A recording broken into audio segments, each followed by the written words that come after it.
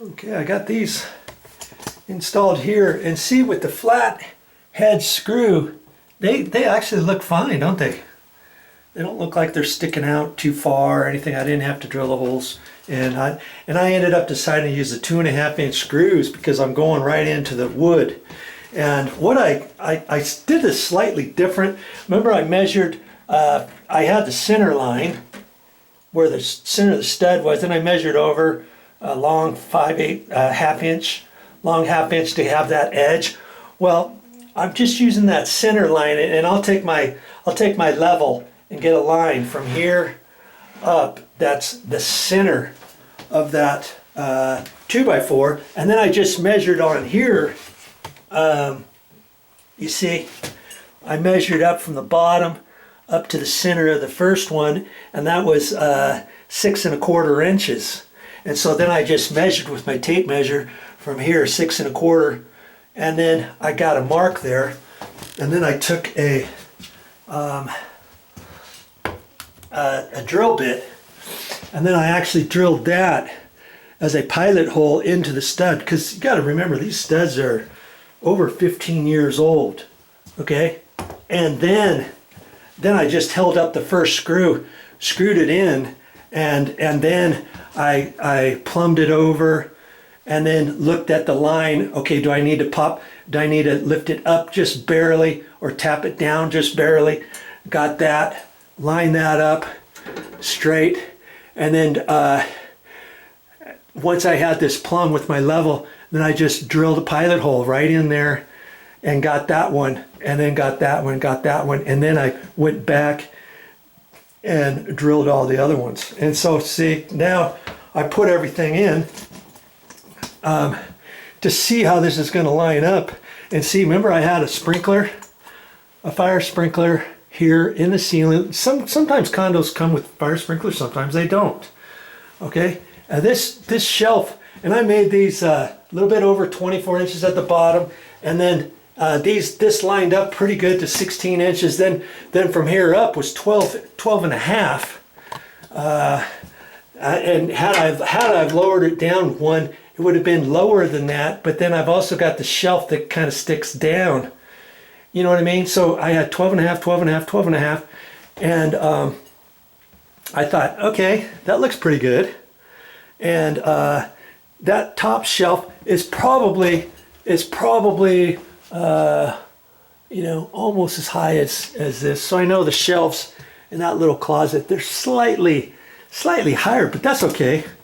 That gives me a little bit of extra room here. I could always do something else if I wanted smaller shelves or something. But see, for this shelf here, I've got to remember that this fire sprinkler's here. I don't really want to, even if I were to lower this down a little bit, yeah, the shelf could be down about that low, cutting in, but I don't really want this into a shelf, you know, in case somebody puts some stuff around, if somebody bangs it, whacks it, pulling something out or something, and they don't realize that's there. Because you got to remember, you know, all you do is cut that, hit that a little bit, or break that little bit of glass in there, and that thing's going to start spraying. So this top shelf, I'm just going to cut that top shelf just to about here.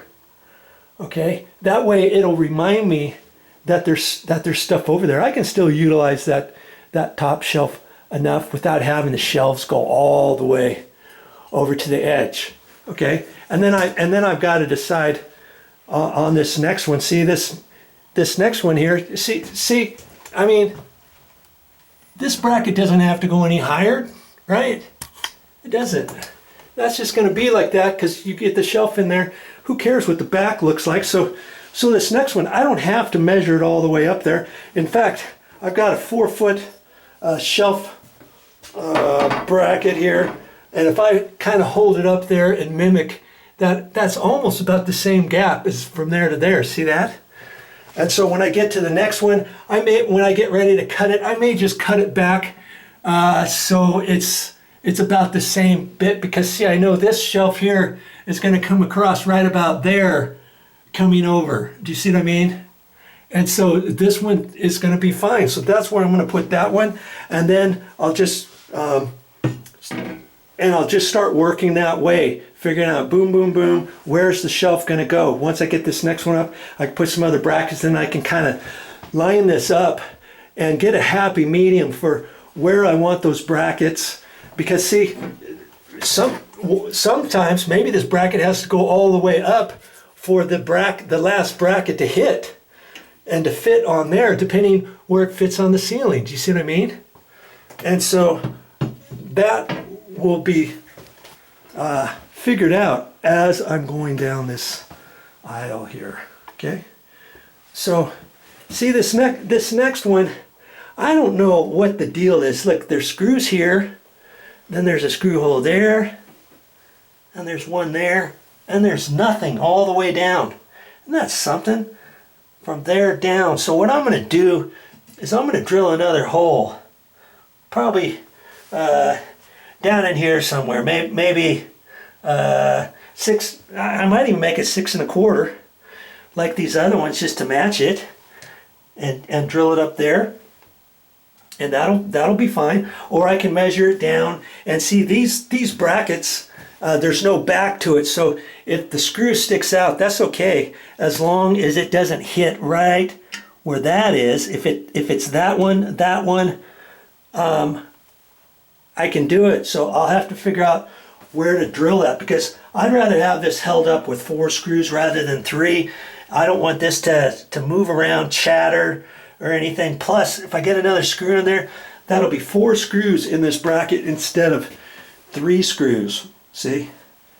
Okay, and then I'm sure I'm going to have to do the same thing to the next ones as I go. Just kind of take your time, look at your stuff, make sure you got all of your screws in. See, these had 4 screws, and it had a double screw up there for some reason. I don't know why. Maybe if there was a bracket, some sort of different type of bracket up there, or something. And you know, if you want to put some extra screws in, you can if you want. And if you think you want more strength or something, take this bottom one out, drill another hole in there, put another screw in there if you have to. You know, but I think these screws are fine. I got 4 of them, and they're 2.5 inches long. Make sure you use long enough ones. And worst case scenario, if you happen to not pre-drill your holes, maybe you hit a knot or something and it breaks off, you might be able to sneak in another screw in there in the same hole, or drill another hole down in here and move the screw and put the screw down over there. Okay, well, think about your project, take your measurements and all that kind of stuff, and get on with it. Save that money. Now see, this is a pantry, and I'm using these kind of shelves. Yeah, I mean, most people don't do that, but hey, that looks pre-finished. It's all nice and white. I've got the extra duty, strong, heavy duty support brackets. The vertical brackets are the heavy duty ones. Even the shelves are the heavy duty ones, because they've got the wire is a little bit thicker, the main bars, and the wires are closer together. Boom, boom, boom, boom, boom. So you can use them for shelves like that. So hey, can you use metal shelves for pantries? Yeah. And if you didn't want to, like I said, I was thinking initially to put wood across here, like melamine, pre-finished melamine shelving, but see, I'd have to put that on there, line this up exactly. These happen to have a hole here. I'd have to get a screw just right for the length of this to screw it up into the wood, and then there was only one screw. It's like, okay, what am I going to do over here? Do I just let it free float? I mean, I could have, or I could have put some little brackets on here, some L brackets, but I thought, no.